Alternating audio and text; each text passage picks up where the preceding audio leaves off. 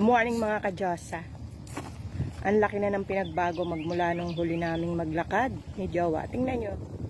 Ang tumi na ng aming paligid. Nakikita nyo ba? At yung dahon na yun, oh. Iba na kulay, oh. Pula na. Let's go. Walking na again. Ayan, oh. Tingnan nyo, oh. Ang ganda, di ba? Ibang klase talaga dito.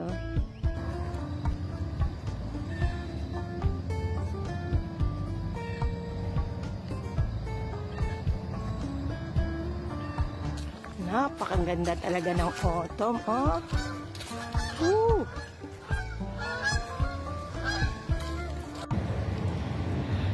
Ay, pagod much. Are you tired? Yeah. Nag-shortcut kami. Diba? Nag-shortcut na. Pero, hingal kabayo pa rin. Gusto mo yan eh. Malamig pero maganda sa pakiramdam. Yes!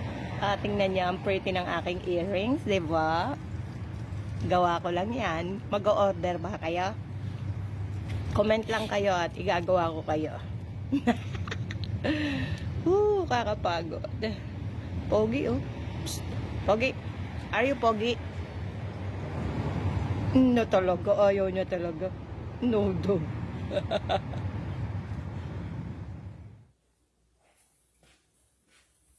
Nakapag-hotbat na ako at ako'y kasalukuyang nagluluto ng paksiw na bangos. Dahil namimiss ko na yung paksiw na bangos, yung belly. Tapos tinadtad ko siya ng maraming talong at ampalaya. O, diba bongga? Ang aking jowa. Iluluto ko na lang siya ng tusino. Tusino ba yon? Ay mali, longganisa. Ingot eh. Ay nako. At nilayasan niya na naman ako. Pagkatapos niya maligo, nagpaalam. Kukunin niya raw yung kotse niya na pinapinturahan. Gusto ko isama. Ay ayoko na. Pag ako niyaya mo sa labas at napalabas mo ako, be thankful. Dahil pag ipinasok mo na ako sa loob ng bahay, hindi na ako lalabas. Kumporme. Kung maganda ang suhol, why not? Chok na, di ba? Ay, nako. Nangangamoy na yung aking paksiw. Baka nasusunog na. Matingnan muna. Okay? Baka kabablog ko, mawalan ako ng ulam. Diyan muna kayo mga kadyasa. Maglilinis muna ako ng aking garden. Kasi ang aking magaling na jowa ay wala pa. Ang tagal-tagal niya. Naiinis na ako. Karurusahan ko siya mamaya. Naiinis ako eh. Kaya nga ako hindi sumama para mapabilis siya. Aba, nag-enjoy yata sa labas. Luto na yung aking taksi. Kaso ayoko pang kumain. Hihintayin ko yung aking jowa. Pakikita ko sa inyo kung gaano kapangit ang aking garden. Ayan na ang garden ko ngayon. Saksakan na ng pangit. Ayan o. Mga tuyo na. Ang aking mga kamatis. Lalo na ang aking mga talbos. Ayun. Tuyot na lahat.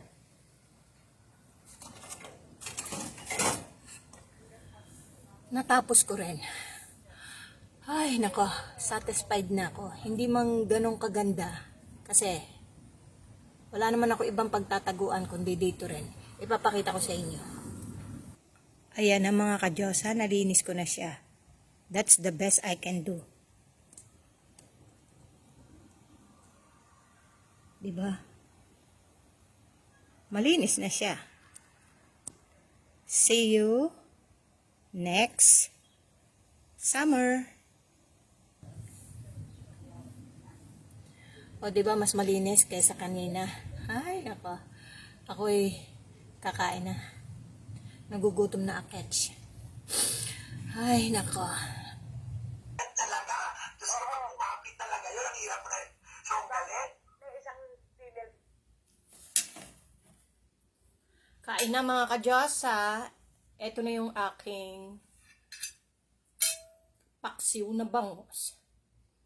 At ang aking kanin ay hindi kanin. Quinoa. Yes, para more healthy. Yes. Para, tingnan nyo ang haba na ng aking leeg, oh. 138 na lang ako. Dati galing ako sa 167.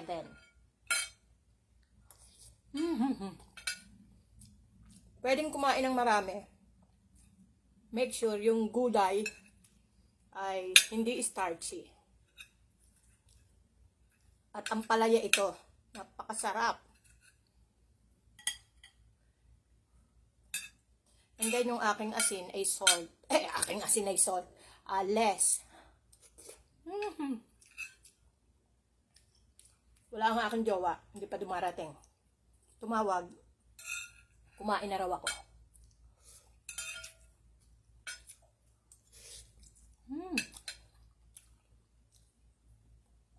Habang nanonood ng Christy per minute. Personality na kabiruan ng higad. Bumagsak daw yung higad sa balikat ng female personality. Sabi daw ng higad, ay, ano ba yan? Ang kati-kati. Lumundag. Ngayon lang ako nakaligo. Hapon na. Kasi, pinagsilbihan ko pa ang aking laboy na jowa. Pero, sabi ko nga sa inyo, parurusahan ko siya, di ba? Ayun.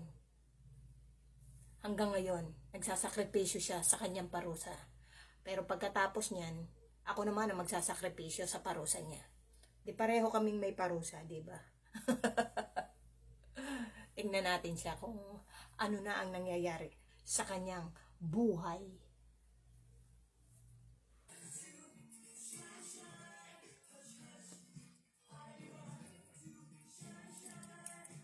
Who asked you to do that? Oh, this goes here, right? Yeah, who asked you to do that? The wife.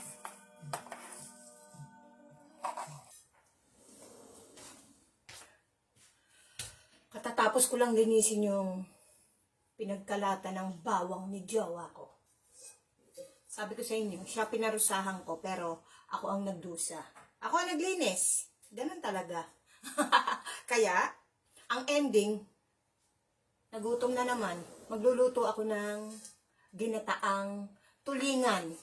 Nabili ko yung isda sa upstate New York nung magpunta kami ng Canada.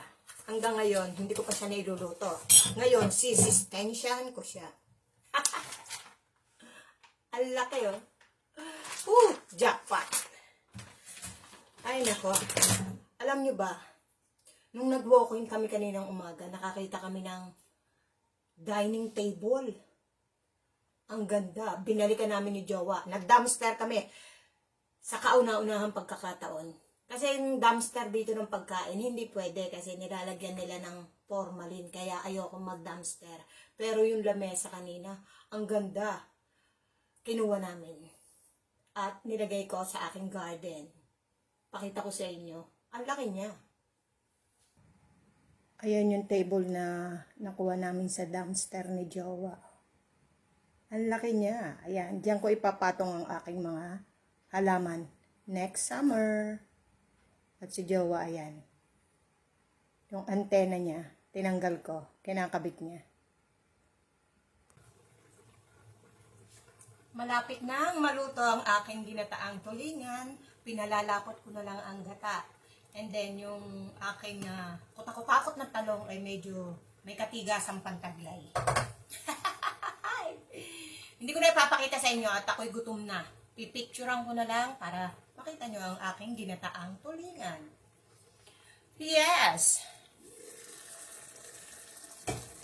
Diba? Naamoy nyo ba? Titikman ko. Kung tama na ang lasa. Ay, nako. Bongga! Mainggit kayo. Thanks for watching!